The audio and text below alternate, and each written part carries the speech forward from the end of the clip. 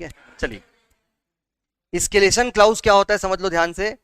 Escalation clause contract accounts में जब work order मिलता है उस समय डिसाइड होने वाला बहुत इंपॉर्टेंट क्लाउज होता है। क्लाउज का मतलब पैराग्राफ और एस्केलेशन का मतलब प्राइस इन्फ्लेट हो जाती है जो है ना, इन्फ्लेशन होता है ना प्राइस में इन्फ्लेशन। किन दो टाइम के बीच प्राइस में इन्फ्लेशन होता है? जिस समय वर्क ऑर्डर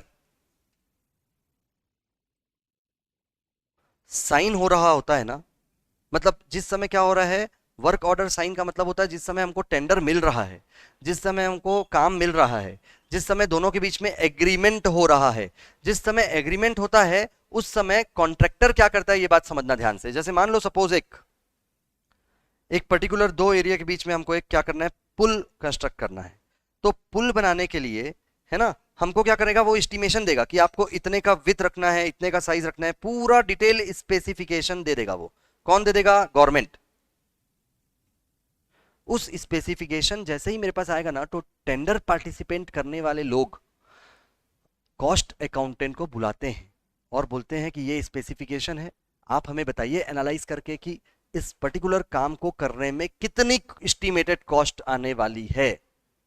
ठीक है, जितनी भी एस्टिमेटेड कॉस्ट आने वाली है वो उसमें अपना प्रॉफिट ऐड करके कॉन्ट्रैक्ट प्राइस कोट करता है कि भैया गवर्नमेंट को बताता है कि हम इतने कॉन्ट्रैक्ट में क्या करेंगे, इतने रुपए में काम आपका ले लेंगे। तो वो जो आप लोग कॉस्ट अकाउंटेंट के रूप में जो ये भूमिका निभाते हो ना, कि जो स्पेसिफिकेशन दिया उसके हिसाब से इतना मटेरियल लगना है, इतना बोल्डर लगना है, इतना सीमेंट लगना है, इतना टीएमटी रॉड लगना है, ये सारी चीज का एस्टिमेशन आप लोग current market price of material के बेसिस पे करते हो। तो करंट मार्केट प्राइस के बेसिस पे आपने जो कॉस्ट निकाला वो आपने उनको हिसाब से एस्टिमेट करके उनको दे दिया, उसमें वो अपना प्रॉफिट ऐड करके टेंडर पार्टिसिपेट कर दिए, एक अपना प्राइस कॉन्ट्रैक्ट प्राइस कोट कर दिए कि मैं इतने रुपए में आपको ये काम करके दे दूंगा। जैसे ही गवर्नमेंट ने अपने को ऑर्डर दिया, उस ऑर्डर के बाद जब हम काम चालू किए, उस पर्टिकुलर टाइम में टाइम बहुत लग जाता है।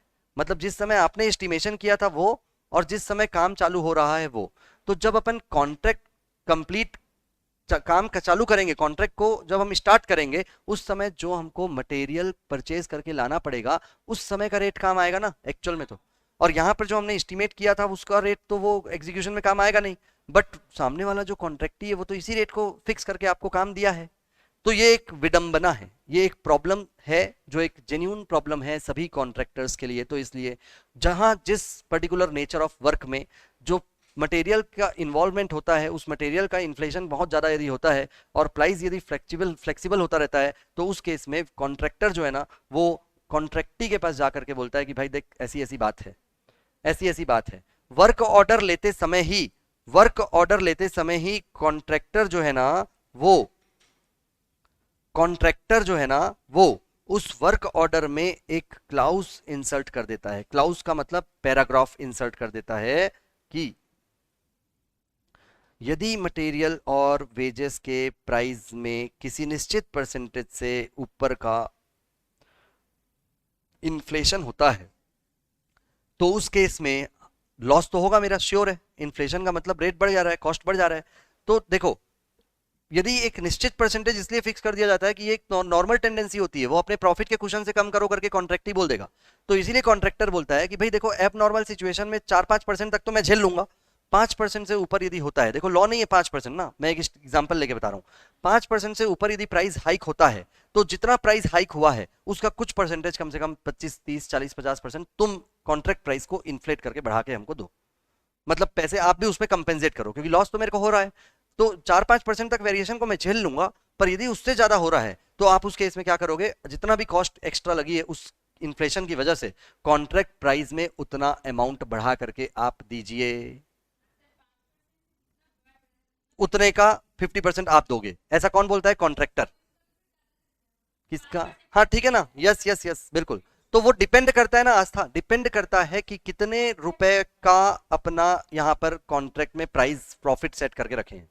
तो जो कॉन्ट्रैक्ट क्लाउज जो सेट होता है ना वो कॉन्ट्रैक्टर और कॉन्ट्रैक्टी के म्यूचुअल अंडरस्टैंडिंग से सेट होता है और वर्क ऑर्डर में लिख दिया जाता है उस लाइन को। उस लाइन को मैं आप लोग को दिखा रहा हूं, देखो ये ना वर्क ऑर्डर में साफ साफ लिखा रहता है ये वाला पॉइंट, तो उसमें आप लोग को ना बहुत अच्छे से क्लियर होगा। देखो इन द इवेंट ऑफ, ये एस्केलेशन क्लाउज पढ़ रहा हूं मैं इस क्वेश्चन का, 23 नंबर क्वेश्चन का escalation clause है, in the event of price of material and rate of wages increase by more than 5%, the contract price would be increased accordingly by 25% of the rise in the cost of material and wages beyond 5% in each case.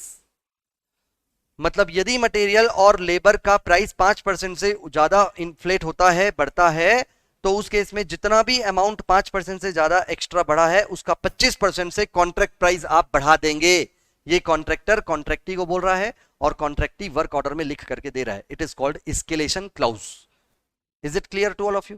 अब बहुत ध्यान से समझना, इस question में यहां पर जो है वो एस्केलेशन क्लाउज में साफ साफ लिखा है deluxe limited undertook a contract of for ₹5 lakh, contract price हो गया ये, and on 1 July 21 on 30 June 22 when the accounts were closed the following details about the contract were gathered. और ये डिटेल्स में मटेरियल परचेज्ड दिया है, तो ये वाला जो रेट है ना ये इन्फ्लेटेड रेट है। देखो नीचे लिखा हुआ है यहां पर, it was found that since the date of signing the agreement and price of material and wages were rates are increased by 25%। मतलब ये जो मटेरियल का रेट है ना जो आप परचेस किए हो वो 25% ज्यादा में परचेस किए हो। यदि आपने 100 रुपए एस्टिमेट किया होगा ना तो 25% ज्यादा मतलब 125 रुपए में परचेस किए हो आप, वो 125 रुपए 1 लाख रुपए है। बात समझ में आ रही क्या?